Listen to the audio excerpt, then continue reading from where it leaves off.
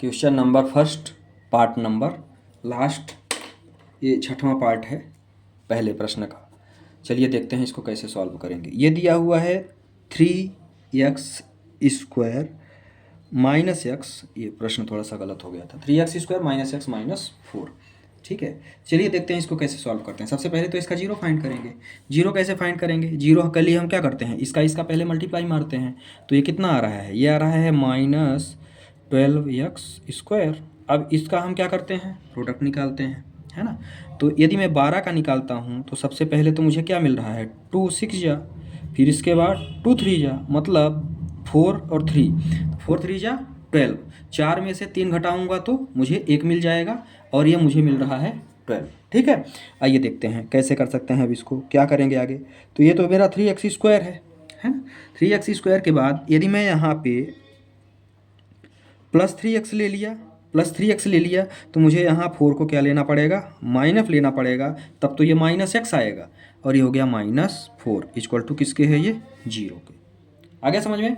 अब हम क्या करते हैं, इन दोनों का आपस में दो का पेयर बनाते हैं। तो यहाँ से क्या है, यहाँ से मेरा 3x कॉमन ले लिया मैंने, 3x कॉमन लिया तो यहाँ पे क्या बचा, x+1, चूँकि यहाँ से 3x पूरा उठ गया तो यहाँ 1 बचा। और कॉमन का मतलब ये होता है कि 3x का मैंने भाग दे दिया। ठीक है, 3x का यदि आप भाग दोगे तो यहाँ पे 3 कट जाएगा, x से x कटेगा तो x बचेगा, और यहाँ पे क्या बचा, 3x है तो 3x पूरा ही निकल गया, 3x से 3x कटा तो बचा कितना, 1 बचा। यहाँ पे यदि मैं -4 को कॉमन लेता हूँ, ध्यान से देखना, यहाँ से मैंने माइनस भी कॉमन लिया, -4 को कॉमन लेता हूँ तो 4 से इधर निकला तो x बचा, और यहाँ क्या बचा, +1 इक्वल टू मुझे कितना मिल गया, 0 मिल गया। अब ये दोनों आपस में क्या है, कॉमन है, तो इसको हम क्या कर देंगे, एक बार लिख देंगे, और 3x - 4 इसको हम उठा के एक बार लिख देंगे। ठीक है, तो ये हो गया मेरा 0 के बराबर। मतलब एक बार मैं क्या करूँगा, x+1 इक्वल टू 0 के करूँगा, और दूसरी बार 3x - 4 इक्वल टू क्या कर दूँगा, 0 के, दोनों को 0 के बराबर कर दूँगा। तो मुझे x बराबर 1 तो मुझे मिल गया -1।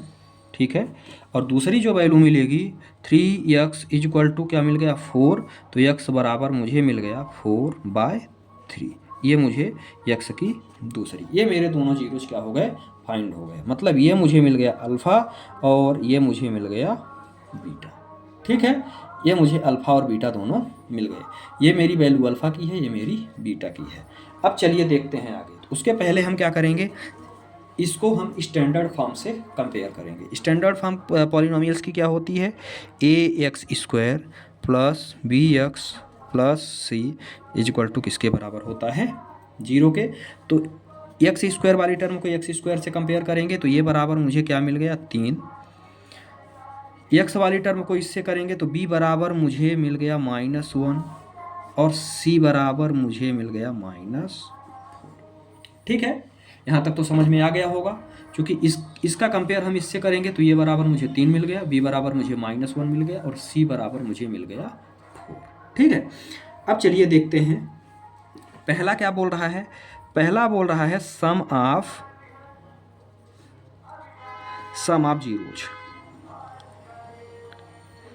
मतलब alpha plus beta equal to किसके बराबर होता है, -b/a के।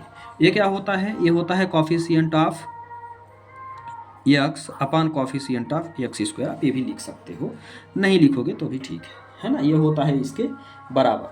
अब आगे क्या है, अल्फा और बीटा। तो अल्फा कितना दिया हुआ है भाई, मेरे पास -1 है, और प्लस ये कितना दिया हुआ है, 4/3 है। बीटा इक्वल टू -b मतलब 1/3। यहाँ तक कोई दिक्कत है, सही है।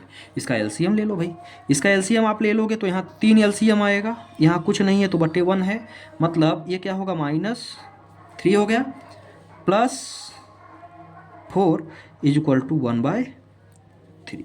तो यहाँ पे क्या आ गया, 1/3 इक्वल टू 1/3। कुछ नहीं किया, इसका एलसीएम लिया, 3 आया, 1 3 जा 3 1 जा, माइनस है माइनस आ जाएगा, 3 1 जा 3, 1 4 जा 4, 4 में से 3 घटाया तो कितना आ गया, 1 आ गया। सेकेंड चीज़ क्या कह रही है मुझको, अब मुझे प्रोडक्ट वेरीफाई करना है भाई। प्रोडक्ट कैसे करेंगे, सेकेंड प्रोडक्ट वेरीफाई करना है, product of zeros. Product of zeros में क्या कह रहा है भैया, ये अल्फा डॉट बीटा। अब थोड़ा सा हम इसको खिसकाएंगे, आप स्क्रीनशॉट ले लेना यदि ज़रूरत होगी तो आ जाएगा इधर में। Alpha dot beta equal to क्या है, सी अपान ए के होता है ना। अल्फा डॉट बीटा किसके बराबर होता है, सी अपान ए के।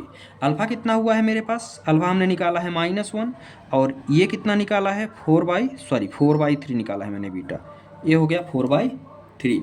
और सी कितना है, सी भी आपने निकाला है -4 और ये किसके बराबर है, 3 के।